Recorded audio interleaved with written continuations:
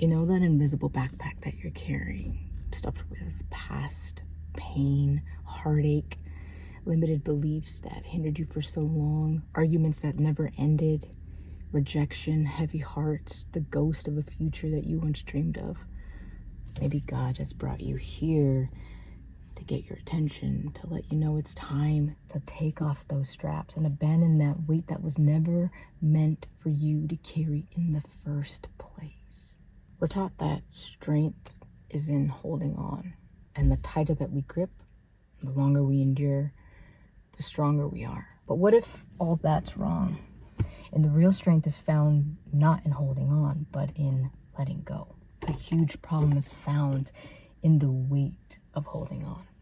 We all have a weight that we're carrying, a version of that invisible backpack I just mentioned. Sometimes we take 2 or 3 more on top of that one, and we find ourselves struggling to lean forward in the efforts of not falling backwards. We go about life hauling this emotional baggage, often not realizing how heavy it's become until we feel anxious, stressed or frustrated or angry or sick. Ask yourself, have you developed a loyalty to your suffering? Are you mistaking familiar ache for a safe space? The truth is, it isn't loyalty, but a cage. It's an anchor that's holding you tied down to the past that's over.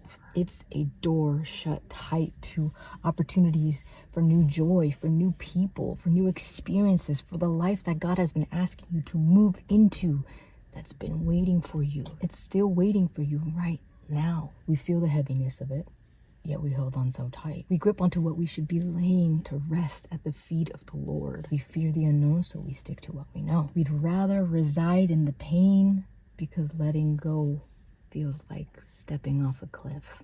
I just learned of the term sunk cost fallacy, which is pretty much the belief that because you've invested so much time, love, or energy in, walking away would mean that it was all a waste. That is a hard pill to swallow until you realize the real waste is in the life force we spend trying to keep dead things alive.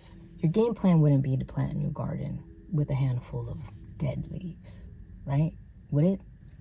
Absolutely not. You'd weed away the old and make room for the new. Emotional clutter doesn't show up emotionally and spiritually, but physically too. God gives us the gift of peace, so why do you keep giving that sacred gift away?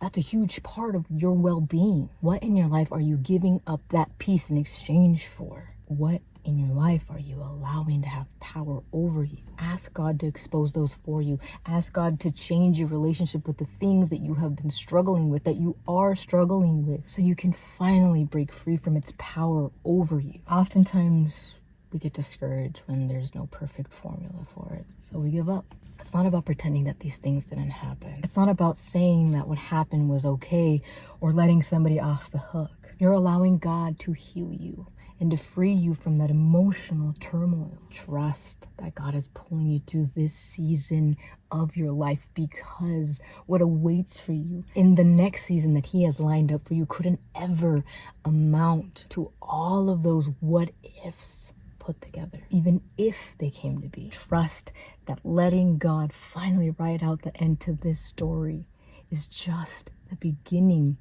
of a better story He has for you.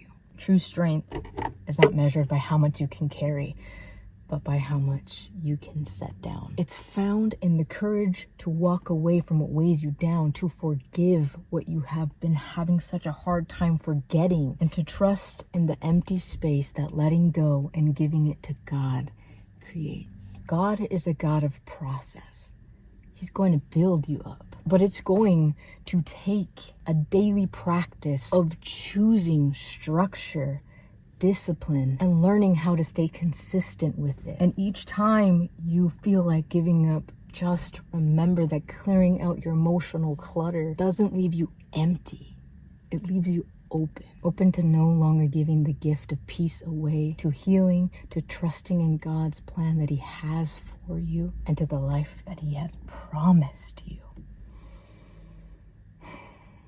If this speaks to you, please share in the comments one thing that you're choosing to let go of. Your story might just be the permission slip somebody needs to finally set their own bags